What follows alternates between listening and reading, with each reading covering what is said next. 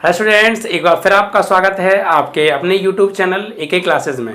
प्यारे बच्चों, इससे लास्ट वीडियो लेक्चर के अंदर हमने आपको क्लास 12 का चैप्टर नंबर 1 संबंध एवं फलन के बेसिक के बारे में समझाया था। बच्चों, आज हम जो बात करने वाले हैं वो भी संबंध के बारे में ही बात करने वाले हैं बच्चों। लेकिन आज हम संबंध को डायग्राम से प्रदर्शित करना सीखेंगे, यानी किसी संबंध को डायग्राम से कैसे प्रदर्शित किया जाता है बच्चों। ठीक है, पिछले टॉपिक में हमने पढ़ा था कि संबंध क्या होता है और कार्तीय गुणनफल कैसे निकालते हैं। ठीक है, इस चीज़ के बारे में हमने पढ़ा था।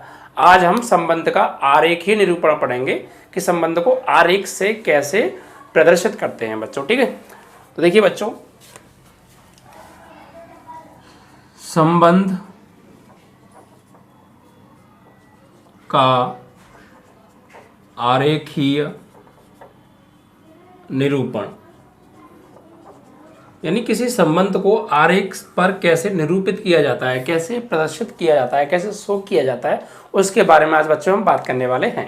प्लीज़ बच्चों, अगर हमारी वीडियो आपको अच्छी लगे तो लाइक, शेयर और कमेंट जरूर कीजिएगा और ज़्यादा से ज़्यादा बच्चों शेयर जरूर कीजिएगा। ठीक है बच्चों, देखिए बच्चों, अब बात करते हैं हम कि अगर दो हमारे पास सेट हैं ए और बी सपोज, तो ए के कुछ एलिमेंट होंगे, बी के कुछ एलिमेंट होंगे और हमारा कोई संबंध है ए से बी पर आर संबंध है कोई, तो फिर उसको हम आरेख से कैसे निरूपित करेंगे, ये चीज़ है बच्चों। ठीक है, और ये 12th में बहुत ज़्यादा है, क्वेश्चन सेंस के ऊपर डिपेंड जो है, इस टॉपिक के ऊपर काफ़ी क्वेश्चंस डिपेंड है 12th में, तो इस चीज़ को आप ध्यान से समझिएगा बच्चों। ठीक है, देखिए बच्चों, सपोज मेरे पास एक सेट है, माना एक सेट है सब A इज इक्वल टू, और इसके अंदर कुछ एलिमेंट दे रखे हैं बच्चों 1 2 3 4, ओके।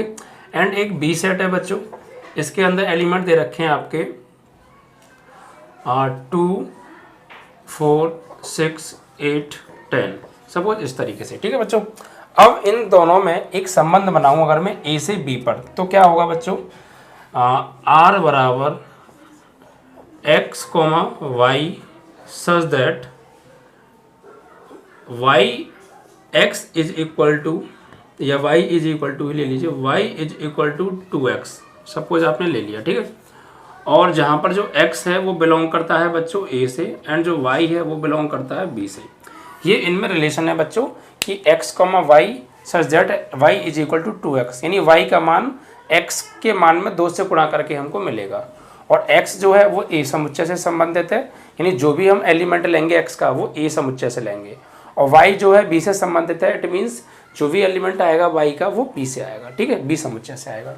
तो बच्चों यहाँ से संबंध में क्रमिक युग्म क्या आएंगे, देखिए r बराबर y is equal to 2x, यानी x की वैल्यू अगर हम मान लीजिए 1 लगाते हैं, क्योंकि x संबंधित है a से, तो a से लेंगे x की वैल्यू, तो x की वैल्यू सपोज मैंने बच्चों यहाँ पे लगाई 1, तो y की वैल्यू क्या मिली 2 इसके अंदर है, तो 1,2, यानी 1 पर क्या मिली बच्चों 2 मिली।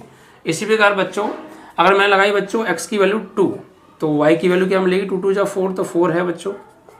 अगर मैं लगाई बच्चों 3 वैल्यू, तो 3 2 जा 6 है बच्चों। अब बच्चों मैं लगाई x की वैल्यू 4, तो 4 2 जा 8 है बच्चों। अगर बच्चों मैं लगाई वैल्यू x की जगह पर 5, तो y की वैल्यू क्या मिलेगी, 5 2 जा 10, तो 10 है बच्चों। अब बच्चों मैं अगर मान लो 6 लगाता हूँ, तो पहली बात देखिए, एक चीज़ यहाँ पर देखिए, एक चीज़ मैं आपको समझाने की कोशिश करूँ, जैसे 4 है तो हमने क्या लगाया 4, लेकिन 4 के बाद इसमें 5 नहीं है, तो लेकिन अगर हम 5 लगा देंगे तो गलत हो जाएगा। या फिर मान लो सपोज यहाँ पर 5 होता, एक मैं और लिख देता हूँ, चलो 5, यहाँ पर 5 है। ठीक है, तो मैंने 5 लगा दी, तो 5 2 जा 10 हो गया। अब मान लो जो यहाँ पे एक 6 और होता, सपोज एक और 6 ले लें, कोई प्रॉब्लम थोड़ी है समझने के लिए।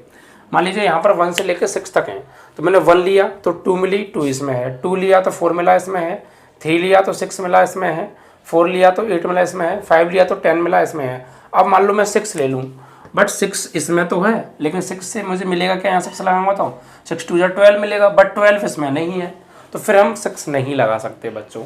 इसलिए मैंने ये नंबर बढ़ाए थे, आपको समझ में आ जाए कि अगर मैं यहाँ पर 6 ले लेता हूँ, क्योंकि 6 तो है x के पास, बट सॉल्व करूँगा तो y की वैल्यू 12 मिलेगी, बट 12 नहीं है, तो फिर हम 6 को नहीं लगाएंगे बच्चों। ठीक है, तो ये हमारे पास संबंध आ गया बच्चों। अब इसको बच्चों मेन क्या है कि इसको आरेखीय निरूपण कैसे करेंगे, ये टॉपिक तो हमने इस तरीके से कल भी पढ़ लिया था, बट इसको आरेख में कैसे निरूपित करें वो मेन टॉपिक है, और वही हमारा आज का टॉपिक है बच्चों। देखिए सपोज मेरे पास एक सेट ए सेट का मैंने आरेख बनाया, ये ठीक बच्चों। और ये बी सेट का है बच्चों। ए के अंदर एलिमेंट बच्चों 1 2 3 4 5 6, और जो बी के अंदर एलिमेंट है बच्चों वो 2 4 6 8 10 इस तरीके से। अब देखिए बच्चों यहाँ पर संबंध क्या है हमारा, ए से बी पर है बच्चों। संबंध क्या है, ए से बी पर संबंध है। तो देखिए बच्चों हमें रिलेशन क्या मिला, 1 पर क्या मिला 2, तो 1 पर मिला बच्चों 2, तो 1 से 2 को मीट कर देंगे इस तरीके से, इस तरीके से। इसे बोलते हैं हम आरेखीय निरूपण। ठीक, क्या है आरेखीय निरूपण। ठीक है बच्चों। अब देखिए अब हमने 2 वैल्यू लगाई x की, ये a है, a मतलब ये वाली। जब हमने 2 लगाई तो b में वैल्यू क्या मिली हमें 4, तो 2 किससे मीट होगा हमारा बच्चों 4 से होगा। जब हमने 3 वैल्यू लगाई तो क्या मिला 6। ठीक है, जब हमने 4 वैल्यू लगाई तो हमें क्या मिला 8। 5 का संबंध क्या है 10 इस तरीके से, और 6 का कुछ है नहीं तो इसे छोड़ देंगे। तो इस तरीके से इसे हम बोलते हैं बच्चों आरेखीय निरूपण। यानी ये सेट A हो गया आपका और ये सेट B हो गया, और ये इनके संबंध हो गए। 1 का संबंध 2 के साथ है, 2 का संबंध 4 के साथ है, 3 का संबंध 6 के साथ है, 4 का संबंध 8 के साथ है, 5 का संबंध 10 के साथ है, और ये 6 का कोई है नहीं तो जो तो लिख देंगे। और संबंध क्या है बच्चों, संबंध ये है कि 1 का स्क्वायर 2 है, संबंध ये है कि 1 का डबल 2 है, 2 का डबल 4 है। यानी जो y है ना वो x के डबल के बराबर है, ये इसमें संबंध है। क्या संबंध है x और y में, कि y x का 2 गुना है। ठीक है, y is twice of x। Okay, तो ये इसके बीच में रिलेशन था, और इस तरीके से आप किन्हीं 2 सेट के रिलेशन को आरेखीय निरूपण से प्रस्तुत करेंगे इस तरीके से बच्चों। ठीक, ओके। तो ये चीज़ आपको अच्छे से क्लियर हो गई होगी बच्चों कि किन्हीं भी संबंधों को, किसी संबंध को हम आरेख से कैसे प्रदर्शित करते हैं, कैसे निरूपित करते हैं। ओके बच्चों, अब बात करेंगे बच्चों संबंध को प्रदर्शित करने के लिए। ये तो था संबंध का आरेखीय निरूपण, यानी किन्हीं 2 संबंधों, किन्हीं 2 सेट के संबंधों को आरेख में कैसे निरूपित करेंगे। अब बात करेंगे बच्चों संबंध को प्रदर्शित करने की, रिप्रेजेंट करने की। तो जैसे बच्चों आपने क्लास 11th में पढ़ा होगा, हम किसी समुच्चय को प्रदर्शित करते थे। समुच्चय निर्माण विधि आपने एक पढ़ी थी, सेट बिल्डर फॉर्म के नाम से जिसे हम जानते हैं, और एक आपने सारणी विधि पढ़ी होगी बच्चों जिसे हम टेबुलर फॉर्म के नाम से जानते हैं। और इसी प्रकार मतलब उस वहाँ पर हम सेट को रिप्रेजेंट करते थे इन 2 विधियों से। 2 विधि थी बच्चों, एक तो आपकी थी सारणी विधि जिसे टेबुलर फॉर्म के नाम से जानते हैं, और एक थी आपकी समुच्चय निर्माण विधि, सेट बिल्डर फॉर्म। तो वहाँ पर इन विधियों से जो प्रदर्शित करते थे वो सेट को करते थे, और यहाँ पर जो करेंगे रिलेशन को, यानी संबंध को भी इन्हीं दोनों विधियों से प्रदर्शित करेंगे। कौन कौन सी विधियाँ हैं बच्चों, मैं लिख देता हूँ। एक तो यहाँ से नंबर 1 हम लिख देता हूँ, संबंध को प्रदर्शित करने के लिए संबंध को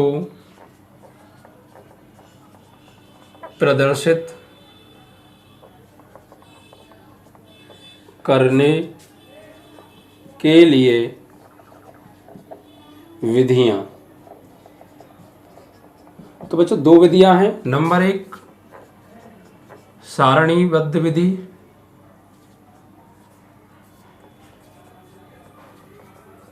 जिसे हम बच्चों टेबुलर फॉर्म के नाम से भी जानते हैं। सारणी विधि में क्या होता है बच्चों, सारणी विधि अलग क्यों है, और दूसरी आपकी कौन सी है समुच्चय निर्माण विधि, वो अलग क्यों है। क्योंकि इनकी तरीके, यानी किसी सेट को या किसी रिलेशन को लिखने के तरीके इनके अंदर अलग अलग हैं। जैसे बच्चों इसके अंदर अगर हम बात करें तो इसके अंदर क्या होता है सारणी विधि के अंदर, और दूसरी विधि कौन सी होती है बच्चों आपकी, दूसरी होती है समुच्चय। लेकिन यहाँ पर समुच्चय नहीं आएगा, यहाँ पे आएगा सेट, वो रिलेशन, संबंध निर्माण विधि या समुच्चय निर्माण विधि कह दीजिए, कोई दिक्कत नहीं है। समुच्चय निर्माण विधि, जिसे हम सेट बिल्डर फॉर्म के नाम से भी जानते हैं। ठीक है, अब देखिए बच्चों इसके अंदर क्या होता है सारणी विधि के अंदर, इस विधि के अंदर इसमें हम संबंध के अवयवों को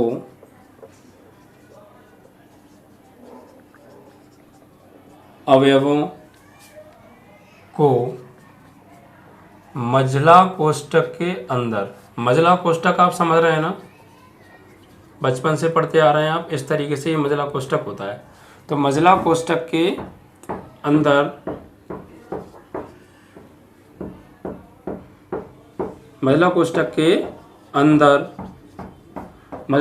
के अंदर कॉमा लगाकर पृथक करके लिखते हैं बच्चों।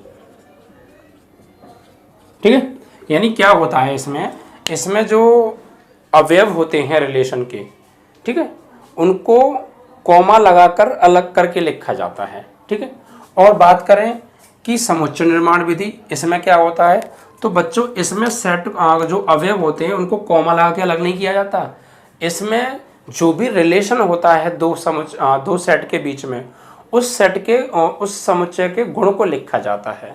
ठीक है, जो भी दो सेट में संबंध होता है उस संबंध के किसको लिखा जाता है, गुण को, यानी उनमें क्या गुण है, किस बात पर रिलेशन बन रहा है, वो बात क्या है जिस पर उन दोनों के बीच में रिलेशन है, एक्चुअली वो रिलेशन क्या है, उस रिलेशन के गुण को लिखा जाता है। ठीक है, तो इसमें गुणों अवयवों को संबंध के गुण के आधार पर, जैसे हम कहते हैं खासियत क्या है, खासियत के आधार पर लिखा जाता है बच्चों। ठीक है, ये चीज़ है। अब इनको कैसे यूज करें, तो देखिए बच्चों, मैं आपको इनको एक एग्जाम्पल देके समझाता हूँ बच्चों। ठीक, कि सारणी विधि क्या है, कैसे लिखेंगे उसमें, और समुच्चय निर्माण विधि को हम कैसे लिखेंगे। ठीक है बच्चों, तो देखिए सपोज हमारे पास एक एग्जाम्पल हम ले लेते हैं, जिससे आप क्या होगा, अच्छे से आपको प्रिपेयर हो जाएगा और आप समझ जाएंगे कि क्या है। ठीक है बच्चों, इन्हें हटा दें आप। तो आप समुच्चय निर्माण विधि समझ गए, ठीक है, और सारणी विधि समझ गए। अब इनको एग्जाम्पल से मैं आपको समझाता हूँ बच्चों। ठीक है,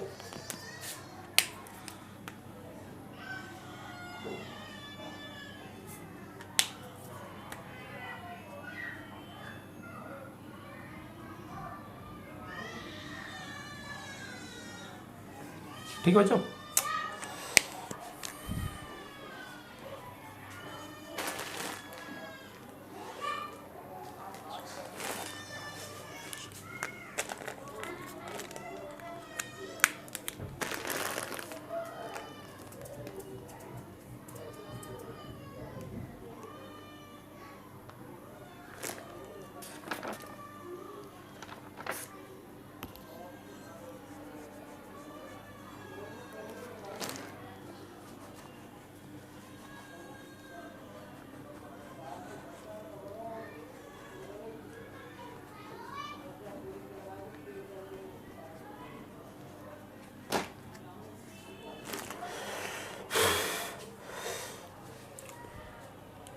अब देखिए बच्चों, मेरे पास कोई दो सेट हैं, एक ए है और एक बी है, और ए से बी पर कोई संबंध है।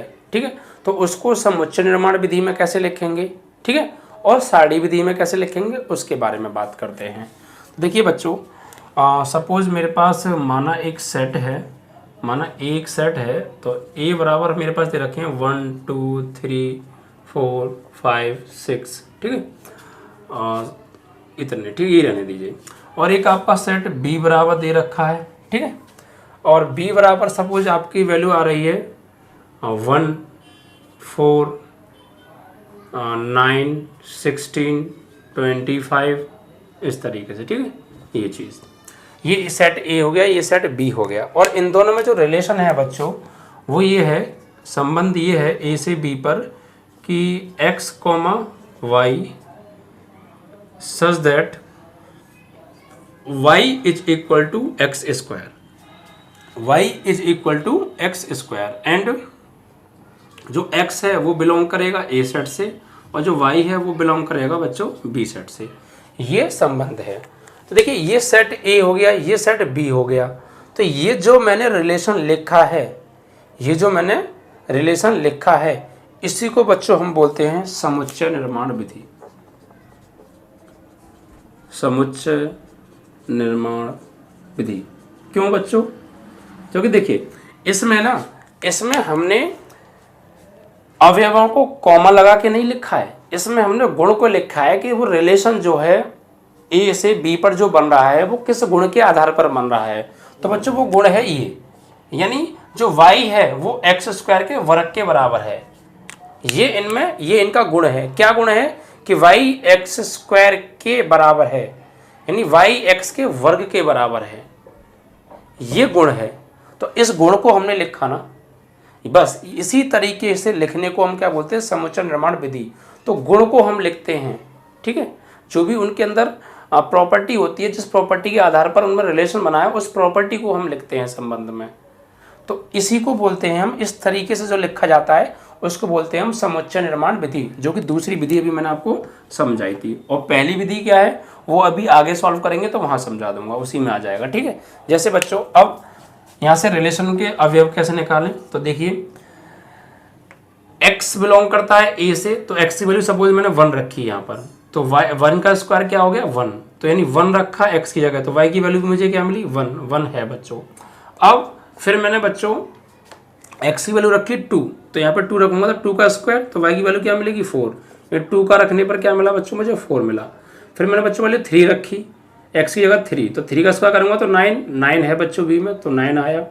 फिर बच्चों मैंने 4 रखा, 4 का स्क्वायर कितना हो गया? 4 रखूंगा तो 4 का स्क्वायर क्या आएगा? 16 है बच्चों, तो 16। फिर बच्चों मैंने 5 रखा, 5 ऊपर है और 5 का स्क्वायर आएगा 25, तो बच्चों b में 25 भी है। अगर अब मैं 6 रखूंगा तो 36 आएगा, बट 36 इसमें है नहीं तो यहीं छोड़ देंगे। तो ये इनका बच्चों आ गया रिलेशन। अब यहाँ देखिए, यहाँ हमने संबंध के जो अवयव हैं उनको पृथक करने के लिए, अलग अलग करने के लिए देखिए कॉमे का यूज किया है या नहीं किया है? तो यही तो विधि है। कौन सी विधि? सारणी विधि, जिसके अंदर मैंने लिखा था कि अवयवों को कॉमा लगाकर पृथक करके लिखा जाता है, और वो भी मजला कोष्ठक के अंदर। तो इस विधि को बच्चों बोलते हैं हम सारणी विधि या सारणीबद्ध विधि, ठीक है, टेबुलर फॉर्म, सारणी विधि, ठीक है बच्चों। ये पहली विधि है। तो आपकी पहली विधि और दूसरी विधि समझ में आ गई। इस तरीके से अगर अवयवों को कॉमा लगाकर लिखेंगे मजला कोष्ठक के अंदर तो वो आपकी कौन सी विधि होगी? टेबुलर फॉर्म होगी, सारणी विधि होगी। और दूसरी बच्चों, आप किसी रिलेशन को गुण के आधार पर लिखेंगे, यानी उसके अंदर उस रिलेशन का गुण को लिखेंगे, गुण के आधार पर आप कोई सेट बनाएंगे, यानी कोई संबंध बनाएंगे, तो उसको हम बोलेंगे समुच्चय निर्माण विधि, ठीक है। एक ही चीज़ है, ये जो चीज़ है वही ये है और जो ये है वही ये है, बस इसमें गुण को लिखा है और इनमें अवयवों को लिख दिया है इस गुण से निकाल कर। जो भी एलिमेंट इस गुण को फॉलो कर रहे हैं और फॉलो करके जो एलिमेंट निकल के आए हैं वो हमने लिख दिए मजला कोष्ठक के अंदर कॉमा लगा के। तो इस विधि का नाम पड़ गया सारणी विधि, और इसमें सिर्फ गुण को लिखा गया है, अवयवों को नहीं। तो इसको लिखा गया है समुच्चय निर्माण विधि, ठीक है। तो आप समुच्चय निर्माण विधि और सारणी विधि समझ गए, और कैसे रिलेशन को इन विधियों में लिखा जाता है बच्चों वो आप अच्छे से समझ गए होंगे। अब बच्चों अगर हम बात करें यहीं पर देखिए, अभी मैंने आपको बताया था आरेख, है ना, रिलेशन को आरेख में कैसे लिखा जाता है, आरेख से कैसे निरूपित किया जाता है। तो वो यहाँ पर एक एग्जाम्पल और बना सकते हैं हम। जैसे मान लीजिए ए है, तो ए का सेट बच्चों, ए का जो आरेख है वो इस तरीके से, ये मान लीजिए 1 2 3 4 5 6, ठीक है। और बी में क्या है बच्चों? 1 4 9 16 25, 1 4 9 16 25। तो आप देखिए रिलेशन क्या है बच्चों? ए से बी पर रिलेशन है, ए से है बच्चों बी पर, तो ए से बी पर है बच्चों, आर संबंध है, ठीक है, ए से बी पर आर संबंध है। तो 1 पर क्या मिला बच्चों? 1, तो 1 से 1 को मिलाएंगे। 2 पर क्या मिला बच्चों? 4, तो 2 से 4 पर मिलाएंगे। 3 पर मिला है बच्चों 9, तो 3 को मिलाएंगे 9 से। 4 पर क्या मिला है? 16, तो 4 को मिलाएंगे, यहाँ बच्चों 16 है, ये 16 से। और उसके बाद बच्चों 5 पर क्या मिला है? 25, ठीक है, इस तरीके से। तो ये हो गया आरेखीय निरूपण, यानी किसी संबंध को आरेख में किस तरीके से लिखेंगे वो ये चीज़ है। ठीक है, तो किसी संबंध को आरेख में लिखना आ गया आपको, किसी संबंध को समुच्चय निर्माण विधि में लिखना आ गया आपको, किसी संबंध को सारणी विधि में लिखना आपको आ गया बच्चों। ठीक है, ये चीज़ आपको क्लियर हो गई। अब बच्चों यदि मान लीजिए हमें पहले से ही कोई मान लीजिए आरेख दे रखा है, अभी तक क्या था कि सेट दिए थे, हमने क्या किया और हमने संबंध बनाया, फिर उसको आरेखीय निरूपित किया। अब अगर उल्टा हो जाए, जैसे हमें आरेखीय निरूपण दे दे तो हम उससे जो है अवयव यानी सेट कैसे बनाएंगे और उसको समुच्चय निर्माण विधि और सारणी विधि में कैसे लिखेंगे, उल्टा जस्ट। तो इसके बारे में अब बच्चों बात करने वाले हैं। ठीक है, अब देखिए बच्चों, जैसे कि हमें कोई एरो डायग्राम दिया हो, ठीक है, एरो डायग्राम दिया हो तो उससे उसको समुच्चय निर्माण विधि में हम कैसे लिखेंगे, सारणी विधि में हम कैसे लिखेंगे। अब थोड़ा उल्टा समझते हैं। अभी तक क्या था कि हमें एक सेट दिया था ए और बी, उसको हमने रिलेशन बनाया और फिर उसको समुच्चय निर्माण विधि और सारणी विधि में लिखा। अब अगर हमें एरो डायग्राम दे रखा हो, ठीक है, आलेख निरूपण दे रखा हो, आलेख दे रखा हो, तो उसको समुच्चय निर्माण विधि में कैसे लिखेंगे और सारणी विधि में कैसे लिखेंगे उसके ऊपर बात करते हैं बच्चों। जैसे मान लीजिए मेरे पास एक कोई आलेख दे रखा है, ये मान लीजिए ए का है, ठीक है, और ये कोई बी है, ठीक है, और यहाँ पर बच्चों आपको सपोज दे रखा है, आप ले लीजिए यहाँ पे 3 ले लीजिए, ठीक है, 3 नहीं, आप लीजिए यहाँ पे 4 ले लीजिए, 9 ले लीजिए, 16 ले लीजिए, 36 ले लीजिए, 49 ले लीजिए, ठीक है, और यहाँ पर आपको दे रखा सपोज 0 1 2 3 4 5 6, ठीक है, इस तरीके से, और भी ले लीजिए का 7, थोड़ा बड़ा लिख दें, थोड़ा इसको बड़ा बना लेते हैं। जैसे मान लीजिए 0 1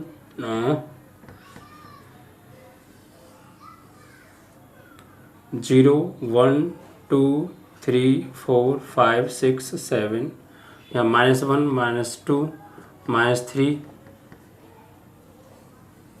-4 -5 -6 -7, ठीक, इस तरीके से हमको ये दे रखा है कोई ग्राफ। ठीक है,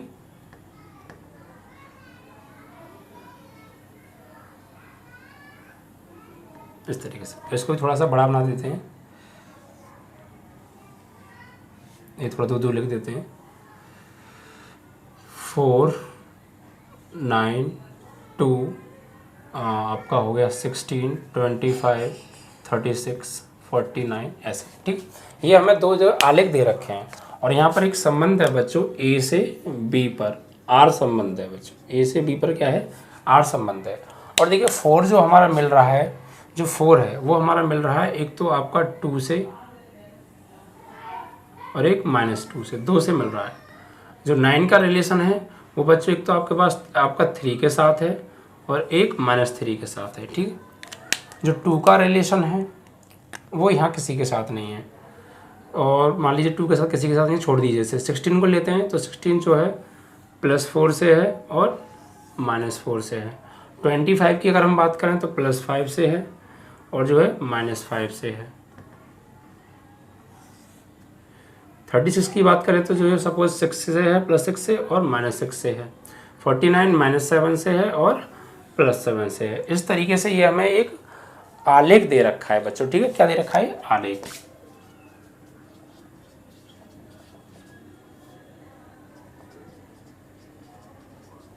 अब इसको समुच्चय निर्माण विधि में कैसे लिखेंगे, तो देखिए बच्चों,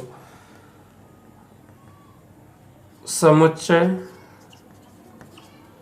निर्माण विधि, तो समुच्चय निर्माण विधि में हम कैसे लिखेंगे, समुच्चय निर्माण विधि के अंदर जो होता है और उसके गुण को लिखा जाता है। तो आप देखिए यहाँ पे क्या गुण दिख रहा है, आपको क्या गुण लग रहा है। देखिए एक चीज़ हमें यहाँ समझ में आ रही है देखने से कि जो 4 है, 4 का जो वर्गमूल है वो +-2 होता है। ये 4 का स्क्वायर रूट जब निकालते हैं तो प्लस की वैल्यू निकलती है रूट से, एक माइनस की वैल्यू निकलती है। तो वही देखिए आप, 4 जो है +2 से रिलेशन है 4 का और -2 से रिलेशन है, यानी अपने वर्गमूल की वैल्यू से रिलेशन है उसका। फॉर 9 की बात करें, देखिए 9 का +3 से है, -3 से है। इसी प्रकार 2 का नहीं है, छोड़िए। 16 का है, 16 का किससे है बच्चों, 4 से है, +4 से है और -4 से है। ये बच्चों 4 है। ठीक, और ऐसे 36 का +6 से -6 है, 49 का +7 से -7 से। तो इसको कैसे लिखेंगे बच्चों समुच्चय निर्माण विधि में? देखिए इस तरीके से x, y सच दैट। तो यहाँ पे लिखेंगे x is equal to y², यानी x की वैल्यू अगर हम मान लीजिए 4 लगाएंगे तो y की वैल्यू क्या मिलेगी हमें +-2। और यहाँ पे जो x है वो बिलोंग करता है बच्चों a से, एंड जो y है वो बिलोंग करता है b से। ये है समुच्चय निर्माण विधि। मतलब समुच्चय निर्माण विधि में हम इस आलेखी निरूपण को इस तरीके से लिखेंगे। ये जो आप देख लीजिए x की वैल्यू a से बिलोंग कर रही है, यानी 4 लेंगे तो 4 लेंगे तो बच्चों 4 का, और इधर क्या है y², तो y² इधर मान लीजिए x की वैल्यू मैंने यहाँ से ले ली 4, इधर क्या है y², तो इधर आएगा तो √4 y, तो वैल्यू क्या निकलेगी +-2 2, तो ये y की वैल्यू आ गई +2 और -2, तो +2 और -2। इसी प्रकार मान लीजिए मैं x की वैल्यू 9 लूँगा और बराबर y², तो +-3 आएगा y की वैल्यू, तो +-3 दोनों हैं इस तरीके से। अब इसको बच्चों अगर मैं लिखना चाहूँ सारणी विधि में तो कैसे लिखेंगे? तो देखिए बच्चों सारणी विधि में क्या करते हैं, यहाँ तो हमने गुण को लिखा, गुण क्या था कि x y के स्क्वायर के बराबर है। यहाँ हम अवयवों को लिखेंगे किसकी तरीके से, अवयवों को लिखेंगे कॉमा लगाकर। जैसे 4 का संबंध किससे है, -2 और +2 से, तो 4 का संबंध एक तो -2 से और एक 4 का संबंध जो है +2 से है। इसी प्रकार 9 का संबंध किससे है, 4 क्या है x का, तो पहला अवयव लिखा जाएगा, और जो -2 +2 क्या है ये y के अवयव में, तो बाद में लिखे जाएंगे, यानी दूसरा। अब 9 का संबंध किससे है बच्चों, एक तो -3 से, और एक बार 9 का संबंध आएगा +3 के साथ। फिर इसके बाद बच्चों है आपका 2 का किसी से नहीं है तो मत लिखिए। 16 की बात करें बच्चों तो 16 का जो संबंध है वो एक बार -4 से है और एक बार 16 का संबंध +4 से है। ठीक है बच्चों। अब बात करें 25 की, तो 25 का जो रिलेशन है एक बार 5 के साथ है, -5 के साथ, और एक बार 25 का रिलेशन +5 के साथ है। अगर बात करें बच्चों 36 की, तो 36 का जो रिलेशन है वो -6 के साथ है एक बार, और एक बार +6 के साथ है। अगर बात करें 49 की, तो इसका रिलेशन -7 के साथ है और एक बार 49 का +7 के साथ है। तो इस तरीके से बच्चों ये कौन सी विधि हो गई आपकी सारणी विधि, यानी इसमें हमने अवयवों को कॉमा लगा के पृथक करके लिखा है। ठीक है बच्चों। तो अगर हमें कोई आलेख दिया हो उसको समुच्चय निर्माण विधि में कैसे लिखेंगे, इस तरीके से। सारणी विधि में कैसे लिखेंगे, इस तरीके से। ओके बच्चों। अगर हम यहाँ पे एक चीज़ और देखिए, हमने अभी कुछ देर पहले लिखाना सीखा था कि जो है हमने सीखा था अभी कुछ देर पहले, यानी लास्ट वीडियो लेक्चर में भी सिखाया था मैंने, और इसमें भी लिखाया था आपको प्रांत, परिसर और सह प्रांत निकालना। तो यहाँ से अगर बच्चों हम प्रांत की बात करें तो प्रांत कैसे निकालेंगे, यानी आर का प्रांत। तो प्रांत क्या होता है बच्चों, जो भी हमें रिलेशन में बनता है हमारा, और उनमें जो पहले अवयव होते हैं, यानी जो x की वैल्यूज होती हैं, यानी जो भुज होती हैं, वो क्या होता है, हमारी प्रांत होते हैं बच्चों। तो देखिए इसमें क्या है, पहले अवयव, तो पहले अवयव तो ये हो गए ना, यानी ए के, या यहाँ से ले लीजिए, बात तो एक ही है। तो एक अवयव एक ही बार लिखा जाता है, तो 4 आएगा आपका, 9 आएगा बच्चों, और 2 पहला अवयव। तो इसमें देखिए ये चीज़ आएगी, 2 तो इसमें आ रहा है, बट इनमें 2 कहाँ आ रहा है, तो 2 को नहीं लेंगे। ठीक है, 4 9, उसके बाद बच्चों आएगा आपका 4 के बाद 9 हो गया, 9 के बाद 16 होगा, 16 के बाद आपका होगा 25, 36, 49, इस तरीके से। अब बात करें बच्चों परिसर की, आर का परिसर। तो यहाँ से परिसर कैसे निकालेंगे, रेंज। तो क्या होता है, दूसरा अवयव, यानी -2 और +2, -3 +3, -4 +4, -5 +5, -6 +6, -7 +7। ठीक है, यानी जो भी y के एलिमेंट होते हैं, यानी दूसरी जो वैल्यूज होती हैं, ये तो अलग अलग है ना, +2 -2, उनको लेंगे। ठीक है। अब बात करें बच्चों यहाँ से कि सह प्रांत की, तो सह प्रांत क्या होता है, सह प्रांत। तो सह प्रांत जो होता है, अगर रिलेशन a से b पर है तो पूरा का पूरा b होता है सह प्रांत। तो पूरा का पूरा b क्या है बच्चों, ये सारे एलिमेंट आ जाएंगे इसके अंदर, यानी आपका 0 1 2 3 4 5 6 7, -1 -2 -3 -4 -5 -6 -7 इस तरीके से। तो ये हो गया बच्चों आपका सहप्रांत। अब एक चीज़ और बच्चों आपकी रह जाती है कि